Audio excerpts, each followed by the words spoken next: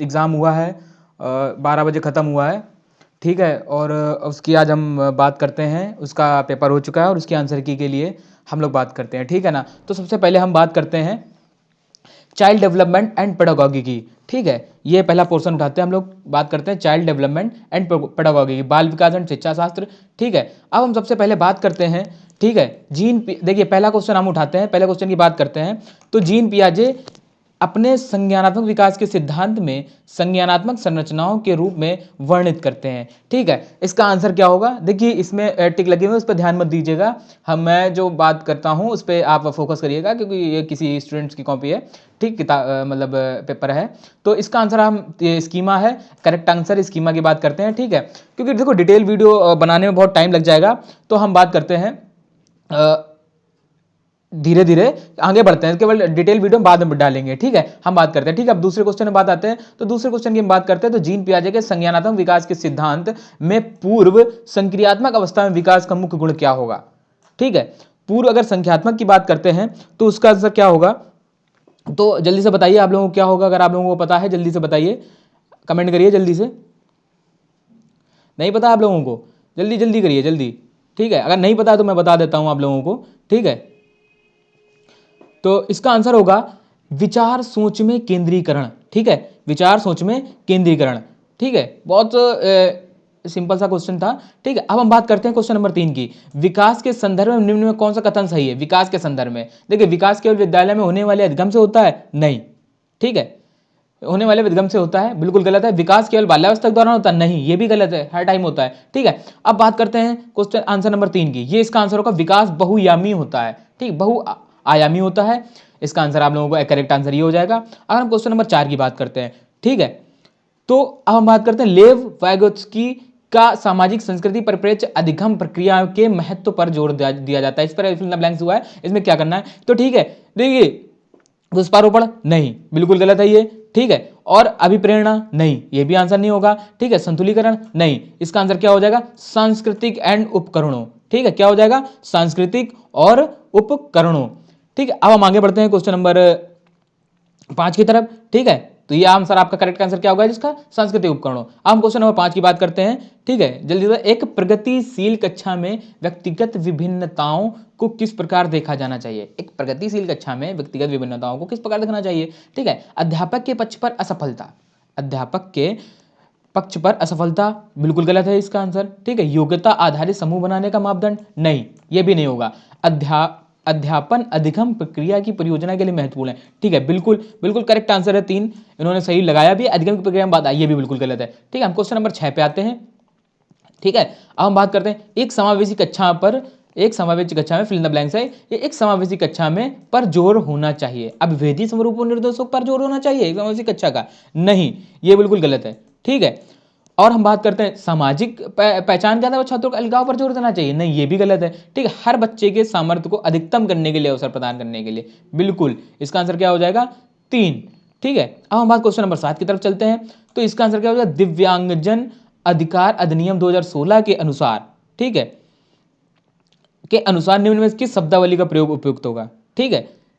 दिव्यांगजन अधिकार अधिनियम 2016 के अनुसार निम्न में किस शब्दावली का प्रयोग उपयुक्त होता है, बिल्कुल सही से, जल्दी से बताइए आप। तो छात्र जिसे शारीरिक दिव्यांगता है, ठीक है, विकलांग छात्र नहीं, छात्र जिसका अशक्त शरीर है, नहीं, ये सबने, ये 2 नंबर लिया गया था इसका, छात्र जिसे शारीरिक दिव्यांगता है, ये शब्दावली लिया गया था उसमें। अब क्वेश्चन नंबर 8 की बात करते हैं, ठीक है। जन्म से किशोरावस्था तक विचार में किस क्रम में होता है, जन्म से किशोरावस्था तक बच्चों में विकास आपको पता होगा किस में, अमूर्त संवेदन, बिल्कुल गलत है, मूर्त अमूर्त संवेदिक नहीं, ये है संवेदिक मूर्त और अमूर्त, क्या है, संवेदिक मूर्त और अमूर्त, सेंसरी, कंक्रीट और एब्स्ट्रैक्ट, ठीक है। अब क्वेश्चन नंबर 9 की तरफ चलते हैं हम लोग, क्वेश्चन नंबर 9 क्या है, ठीक है, क्वेश्चन नंबर 9 की बात करते हैं, सृजनात्मक की पहचान का प्रमुख लक्षण क्या है, सृजनात्मक की पहचान का प्रमुख लक्षण क्या होगा, अपसारी चिंतन, बिल्कुल सही, इसका आंसर पहला हो जाएगा। आप लोग देख रहे होंगे, आप जोड़ते चलिए, नंबर अपने जोड़ते चलिए, कितने हो गए हैं, ठीक है, जल्दी जल्दी जोड़ते रहिए। अब क्वेश्चन नंबर 10 की बात करते हैं, विविध पृष्ठभूमियों के अधिगमकर्ताओं को संबोधित करने होती एक अध्यापक को, ठीक है, ये जे नंबर है, आप लोग देख लीजिएगा, जे नंबर है, आप लोग मिला लीजिएगा, ठीक है, जे नंबर है। तो विविध पृष्ठभूमियों के अधिगमकर्ताओं को संबोधित करने होती एक अध्यापक को क्या करना चाहिए, ठीक है, जल्दी से बताइए। तो इसका आंसर है पहला है विविध विन्यासों से उदाहरण लेना चाहिए। ठीक है, विविध विन्यासों से क्या लेना चाहिए, उदाहरण लेना चाहिए। इसका आंसर ये हो जाएगा। ठीक है, अब क्वेश्चन नंबर 11 की तरफ आते हैं। जल्दी से टाइम वेस्ट ना करते हुए, समस्या समाधान क्षमताओं को किस प्रकार सुसाध्य किया जा सकता है। समस्या समाधान क्षमताओं को किस प्रकार सुसाध्य किया जा सकता है, जल्दी से बताइए। तो समस्याओं का हल है तो अटल प्रक्रिया के इस्तेमाल को बढ़ावा देकर नहीं, ठीक है, समरूपों के इस्तेमाल को बढ़ावा देकर। क्या होना चाहिए, समरूपों के इस्तेमाल को बढ़ावा देकर, बिल्कुल। ठीक है, क्या हो जाएगा, समरूपों के इस्तेमाल को बढ़ावा देकर। ठीक है, अगर आपने ये लगाया तो आपका बिल्कुल आंसर ठीक है। आप क्वेश्चन नंबर 12 की तरफ चलते हैं। अधिगम कठिनाइयों से जूझते छात्रों की जरूरतों को संबोधित करने के लिए एक अध्यापक को क्या नहीं करना चाहिए, क्या नहीं करना चाहिए, नहीं पूछा गया इसमें। ठीक है, क्या नहीं करना चाहिए, संरचनात्मक शिक्षा शास्त्री उपकरणों का इस्तेमाल ये तो करना चाहिए। व्यक्तिगत शैक्षिक योजना बनाना चाहिए, बनाना चाहिए। क्या करना नहीं करना चाहिए, शिक्षा शास्त्र आकलन को जटिल संरचनाओं का प्रयोग नहीं करना चाहिए। कोई भी चीज जटिल नहीं बनानी चाहिए। ठीक है, अब क्वेश्चन नंबर 13 की बात करते हैं। तो क्वेश्चन नंबर 13 क्या है, शर्मिंदगी क्या है, सेम।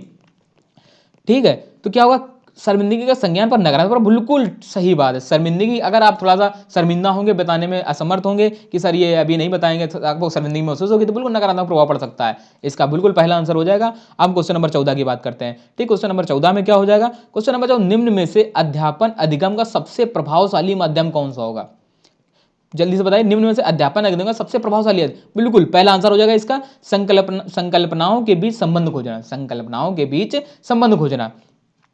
ठीक है, क्योंकि देखिए हम इसलिए बात करते थे, आप अगर नहीं इसका आंसर लगा पाते हैं तो आप एलिमिनेट करने की कोशिश करिए। ये 2-3 क्वेश्चन एलिमिनेट हो जाएंगे, उसका यंत्रवाद रखना, याद करना नहीं, ये गलत हो जाएगा। तो संकल्पनाओं का सबसे सटीक आंसर क्या हो जाएगा, संकल्पनाओं के बीच संबंध खोजना। ठीक, हम क्वेश्चन नंबर 15 की बात करते हैं। तो क्वेश्चन नंबर 15 का क्या हो जाएगा, एक अध्यापिका को दिए गए किसी कार्यकलाप में छात्रों की विभिन्न त्रुटियों का इस्तेमाल करना चाहिए, क्योंकि त्रुटियों की समझ अध्यापन अधिगम प्रक्रिया के अर्थपूर्ण है, बिल्कुल सही। इसका आंसर क्या हो जाएगा, पहला। इन्होंने बहुत सटीक लगाया और आप लोगों को बता देते हैं कि बिल्कुल सही लगाइए। ठीक है, अब हम क्वेश्चन नंबर 16 की बात करते हैं। क्वेश्चन नंबर 16, जल्दी आइए, जल्दी जल्दी बता रहे हैं आप लोग, जल्दी अपना टिक करते जाइए कि आप लोगों ने सही किए कि नहीं किए। अधिगम की अभिप्रेरणा को किस प्रकार कायम रखा जा सकता है, अधिगम की अभिप्रेरणा को किस प्रकार कायम रखा जा सकता है, प्रवीणता अभिमुखी लक्ष्यों पर जोर देकर, नहीं, ये बिल्कुल गलत है। ठीक है, तो बच्चों को देखिए, हाँ सॉरी, इसका आंसर क्या हो जाएगा, प्रवीणता अभिमुखी जोर देकर, बिल्कुल जी हाँ। अभी मैं थोड़ा सा गलत हो गया था। अधिगम की अभिप्रेरणा को कृपा का कायम रखा जा सकता है प्रवीणता अभिमुखी लक्ष्यों पर जोर देकर। ठीक है, बिल्कुल इसका आंसर हो जाएगा, हाँ बताओ, तो प्रवीणता अभिमुखी लक्ष्यों पर जोर दिया, बिल्कुल ठीक है। आप लोग सही बता रहे हैं कि नहीं बता रहे हैं, सटीक। तो ठीक है, इसका आंसर ये, और 2-3-4 गलत हो जाएंगे। क्वेश्चन नंबर 17 की बात करते हैं। तो अधिगम की सर्वोत्तम अवस्था कौन सी है, अधिगम की सर्वोत्तम अवस्था कौन सी है, अधिगम की सर्वोत्तम अवस्था कौन सी, जल्दी से बताइए आप लोग, जल्दी से बताइए, टाइम वेस्ट मत करिए, जल्दी से बताइए। 2 नंबर, बिल्कुल ठीक है, बहुत सही बता रहे हैं। संतुलित उत्तेजना, कोई भय नहीं है, संतुलित उत्तेजना कोई भय नहीं है, यह सर्वोत्तम अवस्था होती है। अब क्वेश्चन नंबर 18 की बात करते हैं। तो अधिगम का संरचनात्मक विचार यह सुझाव देता है कि ज्ञान की संरचना में बच्चे पूर्ण रूप से वयस्कों पर निर्भर रहते हैं, नहीं, बिल्कुल गलत है। बच्चे सक्रिय भूमिका निभाते हैं। अधिगम संरचनात्मक विचार यह सुझाव ज्ञान की संरचना में यह सुझाव देता है कि, समझे, क्या सुझाव देता है, बच्चे सक्रिय भूमिका निभाते हैं, बिल्कुल सही आंसर। अब क्वेश्चन नंबर 19 की तरफ चलते हैं, ज्यादा टाइम वेस्ट नहीं करते हैं। अधिगम के लिए निम्न में कौन सी धारणा उपयुक्त है, अधिगम के लिए कौन सी धारणा उपयुक्त है, जल्दी से बताइए। तो इसका आंसर क्या हो जाएगा, योग्यता सुधार है, एबिलिटीज इंप्रूवेबल। ठीक है, belief is good for learning, good for learning क्या है, एबिलिटीज इंप्रूवेबल। ठीक है, योग्यता, इसका आंसर कितना हो जाएगा, चौथा। अगर हम बात करते हैं क्वेश्चन नंबर 20 की, निम्न में से कौन सी परिपाटी विद्यार्थियों में संकल्पनात्मक समझ में बढ़ोतरी करने में सहायक है। ठीक है, जल्दी जल्दी बताइए क्या हो जाएगा इसका आंसर, जल्दी बताइए। बिल्कुल, कोई बता रहा है, एक बता रहा है, ठीक है, 2 बता रहे हैं, नहीं, जल्दी बताइए, सही से बताइए, जल्दी बताइए आप लोग। निम्न में से कौन सी परिपाटी विद्यार्थियों में संकल्पनात्मक समझ में बढ़ोतरी करने में सहायक है, जल्दी से बताइए, जल्दी बताइए, जल्दी बताइए, बताइए बताइए बताइए, जल्दी बताइए, come on come on come on. ठीक है, तो इसका आंसर तीसरा हो जाएगा, बिल्कुल सही आपने बताया, अन्वेषण और संवाद। ठीक है, अब क्वेश्चन नंबर 21 की तरफ चलते हैं। बच्चों को सिखाने में कठिनाई होती है, बच्चों को सिखाने में कठिनाई होती है जब वो आंतरिक रूप से अभिप्रेरित होते हैं, बताइए। ठीक है, इसका आंसर हो जाएगा गलत, अधिगम सामाजिक संदर्भ में होगा, बताइए। बच्चों को सीखने में कठिनाई कब होती है, विषय वस्तु को बहुरूप में प्रस्तुत किया गया हो, नहीं, ठीक है, सूचना अलग अलग टुकड़ों में प्रस्तुत की जाए तब दिक्कत हो जाती है बच्चों को सीखने में, ठीक है ना। बच्चों को सीखने में तभी दिक्कत होती है जब अलग अलग टुकड़ों में प्रस्तुत की जाए, जब वो उनको कंफ्यूजन क्रिएट हो जाती है। अब क्वेश्चन नंबर 22 की तरफ चलते हैं। मूल्यांकन पद्धतियों का लक्ष्य होना चाहिए, जल्दी से बताइए। मूल्यांकन पद्धतियों का लक्ष्य क्या होना चाहिए? मूल्यांकन पद्धतियों का या evaluation practices should aim at, जल्दी से बताइए। इसका आंसर दूसरा हो जाएगा, विद्यार्थियों की जरूरतों एवं आवश्यकताओं की पहचान करना, ठीक है। मूल्यांकन पद्धति का विद्यार्थियों की जरूरतों एवं आवश्यकता की पहचान करना, ठीक है। हम क्वेश्चन नंबर 20 की तरफ चलते हैं, जल्दी बताइए, ठीक है। बच्चों के विकास की व्यक्तिगत विभिन्नताओं को किस प्रकार प्रतिरूपित किया जा सकता है? जल्दी बताइए, बच्चों के विकास की व्यक्तिगत विभिन्नताओं को किस प्रकार प्रतिरूपित किया जा सकता है? केवल पर्यावरण पर नहीं, ना अनुवांशिकता ना पर्यावरण पर, न गलत, अनुवांशिकता पर्यावरण दोनों पर, पारस्परिक पर बच्चों की विकास की व्यक्तिगत विभिन्नताओं को प्रतिरूपित किया जा सकता है। बिल्कुल सही है, इसका आंसर तीसरा हो जाएगा करेक्ट आंसर, ठीक है। आप क्वेश्चन नंबर 24 की तरफ चलते हैं। बताइए, एक कार्य के दौरान सायना स्वयं से बात कर रही है, ठीक है, कि वह कार्य पर किस प्रकार प्रगति कर सकती है। लेव वैगोत्स्की के भाषा और सिंचन सोच के बारे में दिए गए विचारों के अनुसार इस तरह के व्यक्तिगत वाक्य क्या दर्शाता है? व्यक्तिगत वाक्य जो होता है, जो स्वयं से बात करना होता है, वो क्या दर्शाता है? बताइए। आप अगर इंग्लिश देख रहे होंगे तो सबसे सही क्या है? सेल्फ रेगुलेशन, स्वनियमन। इसका आंसर हो जाएगा स्वनियमन, ठीक है, स्वनियमन हो जाएगा इसका आंसर। एक है। हम क्वेश्चन नंबर 25 की बात करते हैं। एक प्रगतिशील कक्षा में, एक प्रगतिशील कक्षा में, इसका आंसर क्या हो जाएगा?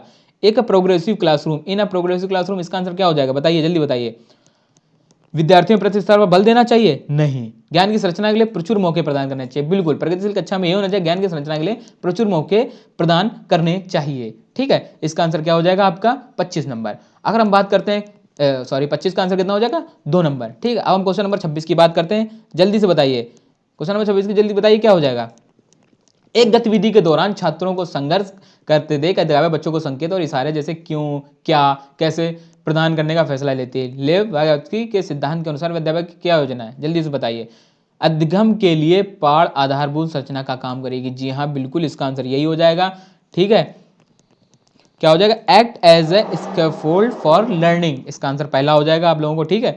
बाकी गलत है तो आप जल्दी से मैच कर रहे होंगे, ठीक है। अब आगे आ जाते हैं क्वेश्चन नंबर 27 की तरफ, ठीक है। एक, जल्दी से बताइए, जल्दी से, तो क्या हो जाएगा? एक खेल क्रिया के दौरान चोट लगने पर रोहन रोने लगा, ठीक है। यह देखकर उसके पिता ने कहा, लड़कियों की तरह व्यवहार ना करो, लड़के रोते नहीं हैं। पिता का यह कथन लैंगिक रूढ़िवादियों को चुनौती देता है? बताइए। नहीं। लैंगिक भेदभाव को कम करता है? नहीं। लैंगिक समानता को बढ़ावा देता है? नहीं। लैंगिक रूढ़तावादों को दर्शाता है, लैंगिक रूढ़िवादिताओं को दर्शाता है। इसका आंसर चौथा हो जाएगा, ठीक है। अब क्वेश्चन नंबर 28 की बात करते हैं। बताइए, जल्दी बताइए, क्वेश्चन नंबर 28 का क्या होगा? बहुबुद्धि का सिद्धांत जोर देता है, जल्दी से बताइए। बुद्धिमत्ता की विभिन्न दशाएं हैं, ठीक है। इसका आंसर क्या हो जाएगा? दूसरा।